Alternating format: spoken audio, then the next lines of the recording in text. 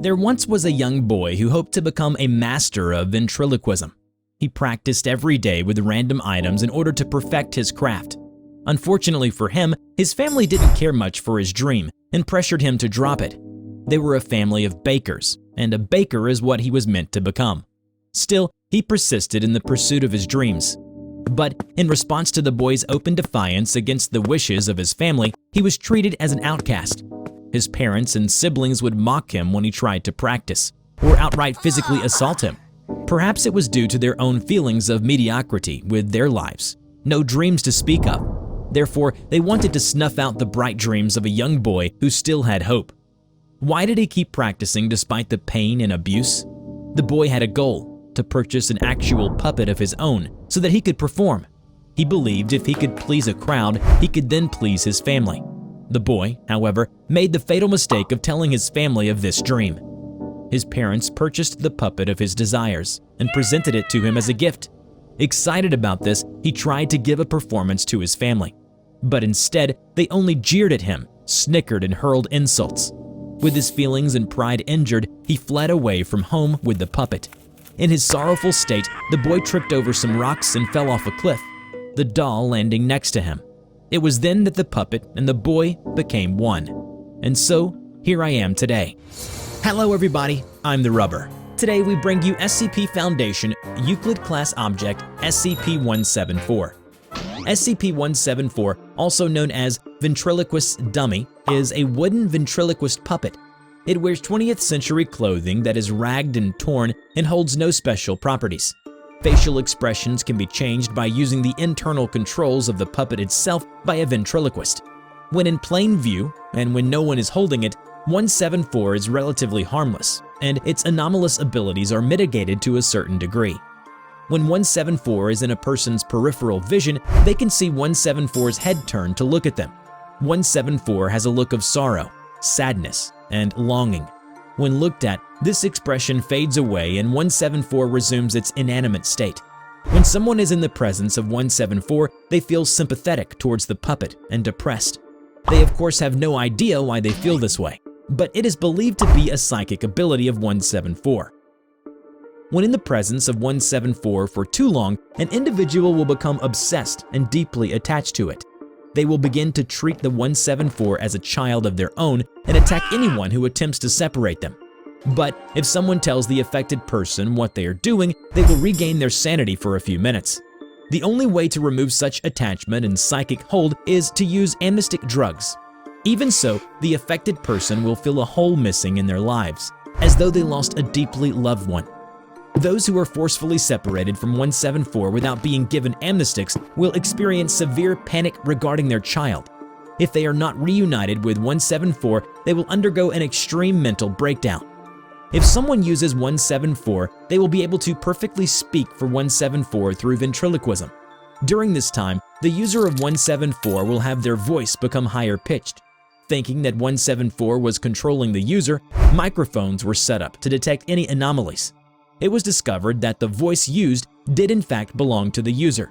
While using 174, the user will then relay numerous sad stories about the previous mistreatment of 174, including its supposed origins. However, all of the stories that it tells are heavily related to some sort of trauma or disturbing incident that the user of 174 has undergone in their life. Researchers believe that because of this, 174 possesses psychic abilities and is perhaps sapient. It is theorized that by using 174, a person will become increasingly attached to it. As to 174's motives, those are yet to be seen. Dr. Antonio was put in charge of 174 in order to find some answers. This is so silly. Tell me about yourself, puppet. Where are you from and who created you? Well then, Doctor, I'll have to tell you a story about a boy and his dream. 174 began to tell its tale to Dr. Antonio. Shortly after, Dr. Antonio's supervisor began to notice something was off about Antonio's demeanor. It appeared that the puppet's stories were making him emotional. That must have been really scary for you. I'm really glad you made it through. All of my previous owners tried to kill me, but I don't understand. Hey, come closer. I need to tell you a secret. He leaned into the puppet.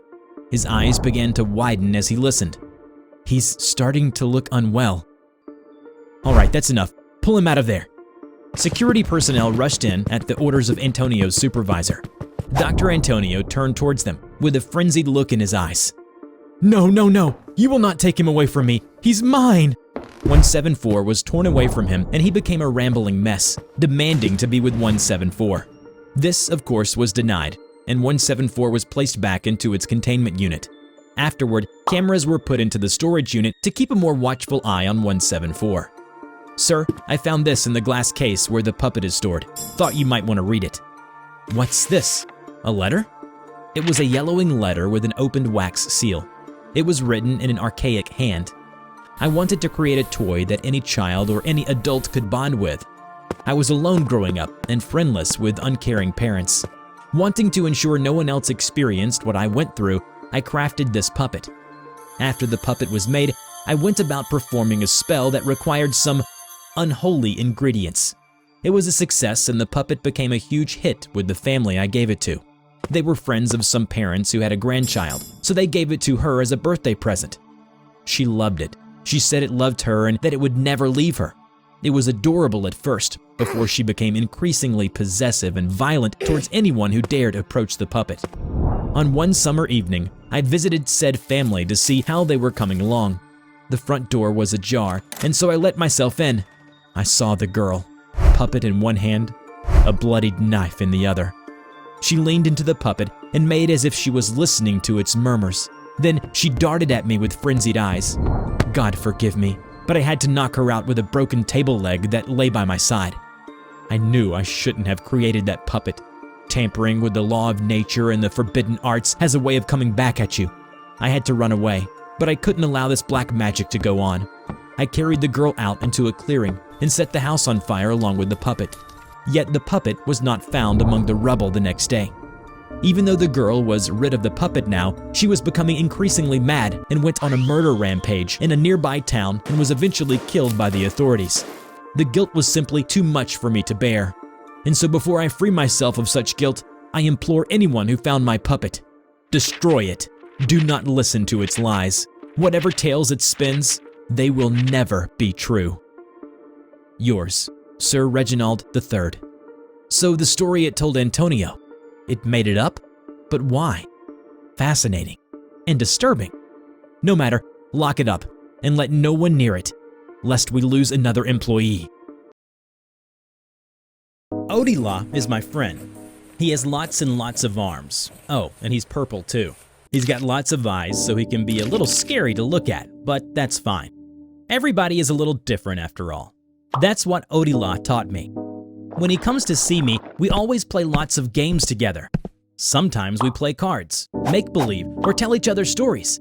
Odila's stories are always so cool. He talks about what the universe looks like sometimes. But talking about space makes him sad. He says it reminds him of when he used to hide in the dark while other monsters were being mean. They sounded scary, so I stopped asking him about them. He says the monsters can't hurt us anymore. At least, not for a very long time. My favorite thing to do together is when Odila reads me bedtime stories. I always fall asleep so fast and it makes me feel safe. I miss him when he's gone. It's really lonely here. I think to myself that as long as I can see Odila, everything will be okay. Can I go now, Mr. Doctor? Said the boy. Dr. Sias studied his expression, then looked at his report. He thought to himself, I wonder. Hello everybody, I'm TheRubber. Today, we bring you SCP Foundation Safe Class Object SCP-6033. SCP-6033, also known as The Friend with Many Arms, is a children's book of the same name. However, no author is listed in the book. It is written in a way that a young child can read and comprehend with ease. It follows the tale of a shapeless entity searching for a friend across time and space.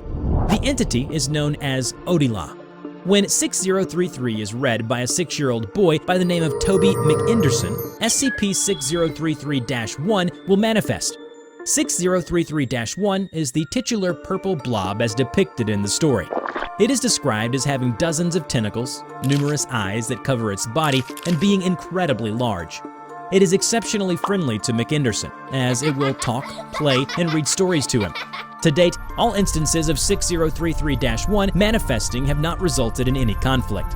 After observing 6033-1 for some time, a couple of its abilities have been deduced, some of which include telekinesis, shape-shifting, and teleportation. 6033 was first discovered in the possession of McInderson when he was 4 years old.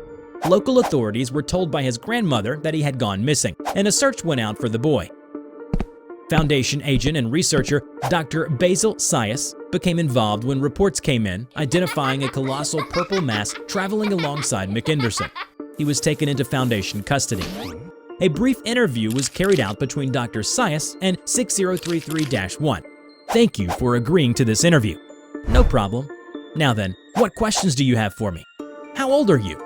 Sounds like you predate the universe. What was it like? And what of the aliens or strange anomalies on Earth? What can you tell me about them? 6033-1 laughed through several of its mouths. Quite a lot of questions you've got there. Unfortunately, I cannot answer in detail, as speaking their names gives them power, especially from a being such as myself. But yes, I predate the universe and have existed alongside the others. They were monstrous, hateful things. I understand that these brethren of mine have been wreaking havoc recently. Yes? Yes, that is correct.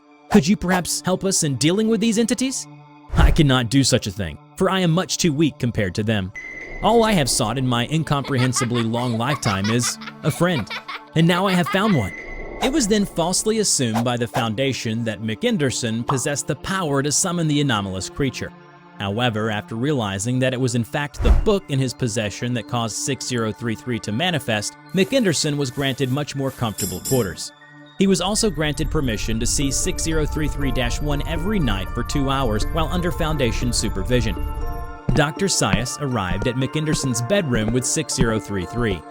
The boy looked up from the building blocks he'd been playing with and ran over to Sias. He took the book and opened it, with 6033-1 manifesting as expected. The entity glanced over Sias and towards the observation window. Udila! Good to see you, boy. Now, why don't you head over to your bed, and I'll read you a story. I finished writing a special one just for you. McInderson perked up and hopped right into his bed while 6033-1 undulated towards it, with several eyes fixed on the observation window. Now then, let's get started. 6033-1 extended a tentacle towards the bedside table and picked up 6033. It opened the book and began reading. As it waved its tentacles over the pages, the various glow-in-the-dark star stickers affixed to the bedroom ceiling descended, then began floating in the air around the bed. Once upon an eternity, there lived a lonely creature named Udila. 6033-1 waved and dust floated from the page. The room went dark as the dust hovered in the air and formed an image of the entity. It then waved its tentacles through the plastic star stickers. They glowed as they gathered, forming a single large star. The image looked up at the star. "Will you be my friend?" Udila asked the star. "I cannot," said the star, "for I might burn you up." Aw, that's sad. Sad indeed. But it understood. Maybe I'll never find a friend, it thought.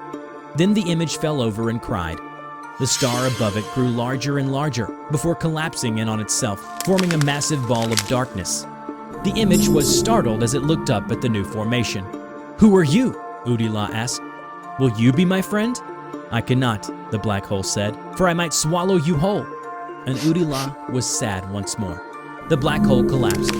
6033-1 moved its tentacles in circular motions, and the stars in the room began morphing into various nebula and cosmic bodies. A blue marble appeared. Eventually, Udila came across a little blue planet. It was surprised, as it had never seen something like this before. It wasn't large like a star or hungry like a black hole. "Who are you? Will you be my friend?" Udila asked. However, the planet did not respond. A framed photograph of Mr. and Mrs. McInderson floated over towards the image. Several stars attached themselves to the frame. The universe itself saw Udila, though, and responded. "What's wrong, Udila?" the universe asked. "I have no one to call my friend," Udila responded sadly. Then, several stars began to wrap around the image.